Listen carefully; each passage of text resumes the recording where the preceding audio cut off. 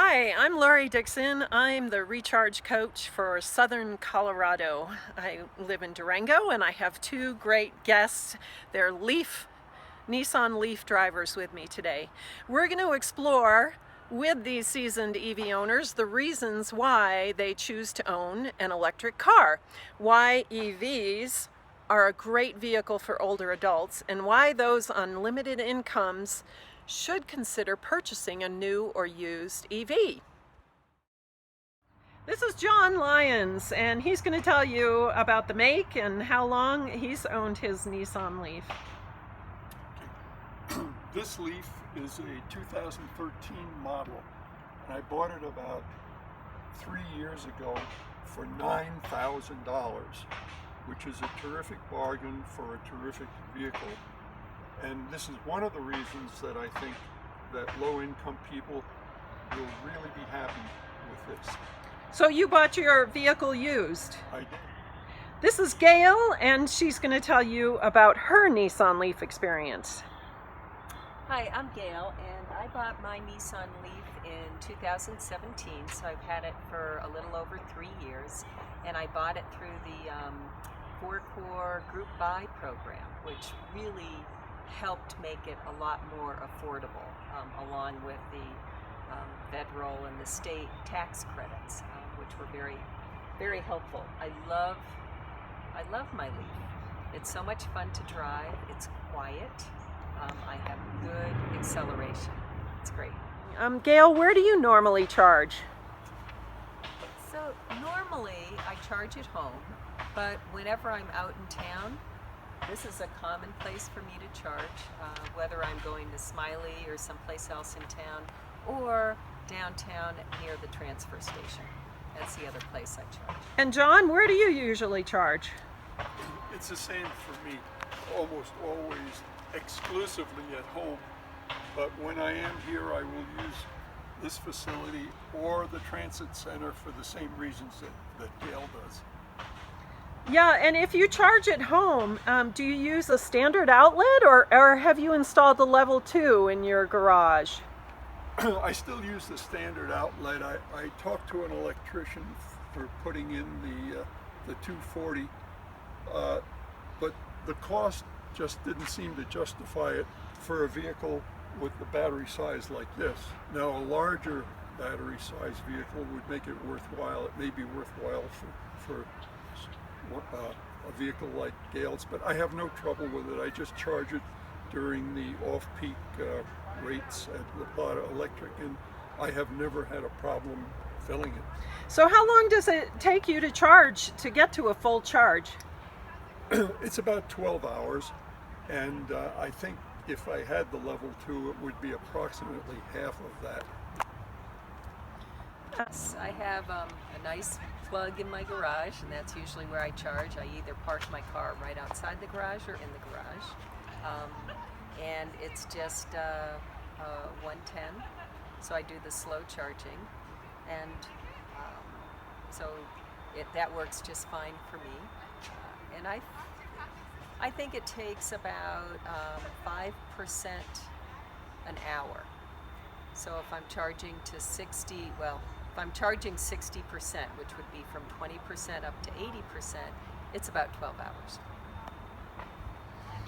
And if you're charging at one of these stations, and how long would it take then to charge here? For a full charge, I think it would be about 6 or 7 hours, because again, the battery is only about half the size of the battery in Gail's vehicle. Yeah, and Gail? For me, if I'm doing again from the 20% to the 80%, it takes about 2.5 hours for me to charge that.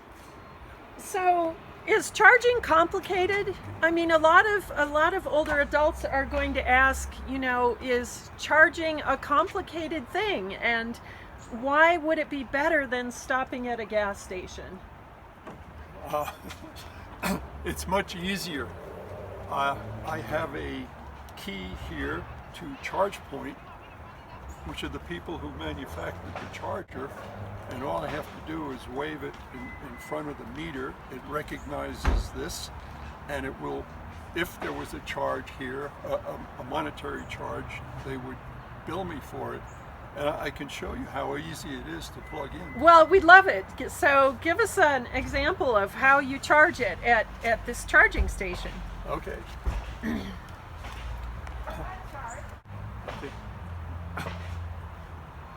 Inside the car there's a release for this hatch, and so I'm going to open it now, and this is where I plug in.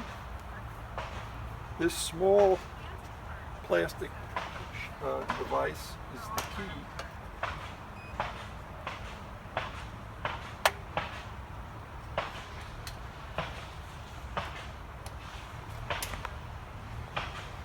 Okay.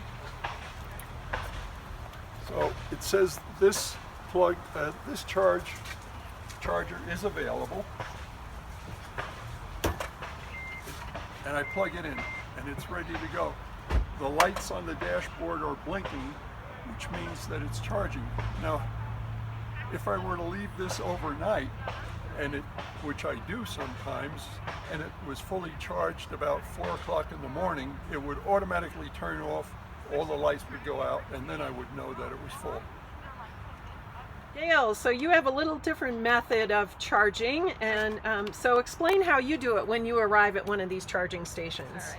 So, like John said, you can open up your hatch in the car. You can also use the key to open it up.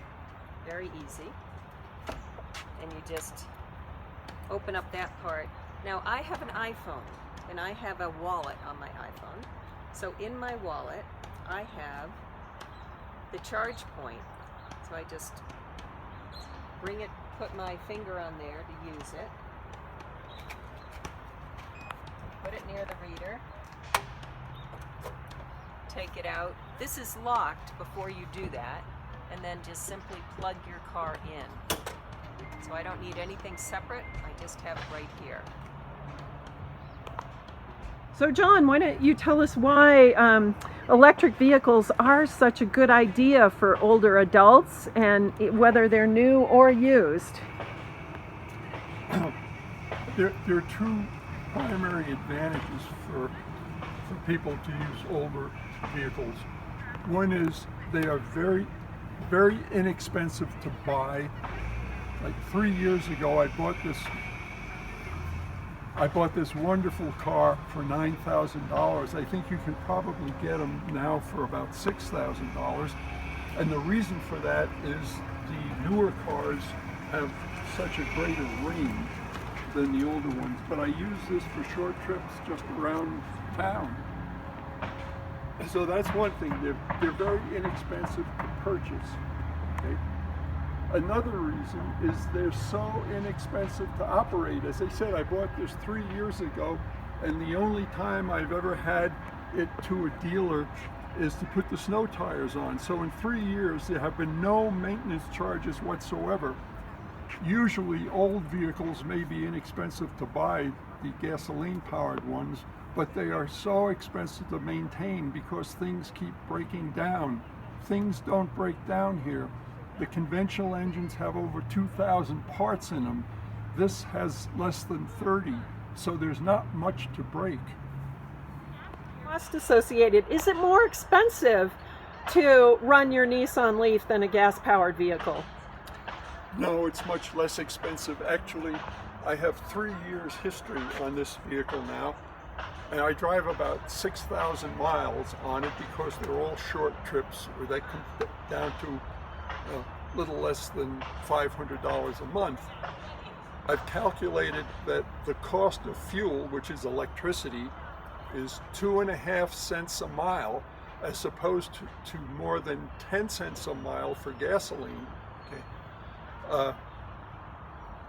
That's primarily the big cost advantage. So 2.5 cents a mile versus 10. And so what does that break down to by the month? I estimate my electric bill increases between $7 and $8 a month in order to drive 500 miles. Gail, if you had one tip to give someone who's purchasing an EV, what would that tip be? It would be don't be afraid to drive longer distances. This summer I've been exploring more, going up into the mountains, and it just charge up your car and go and see how far you can go. You can go farther than what you think you can. And John, what about you? What would be your one tip for a new EV driver that they might like to know before they decided to go electric? I would add to what Gail said, because my battery is half the size of hers, how far can I go? And I checked it out. I can put skis on the roof and drive all the way to Purgatory and back on one charge. So there's no concern about not taking them to fun places. The other thing is, the first time you get into an EV, if you're used to an old clunker and you have to floor it in order to get it moving, don't floor these things, because it'll make your head snap back that the acceleration is so great. Thanks, Gail and John, for all your great tips and information about driving your Nissan Leafs. We have a 2013 and a 2017. All right, well, I'm going to wave you on your way as you get into your Leafs and head down the highway. Thanks so much.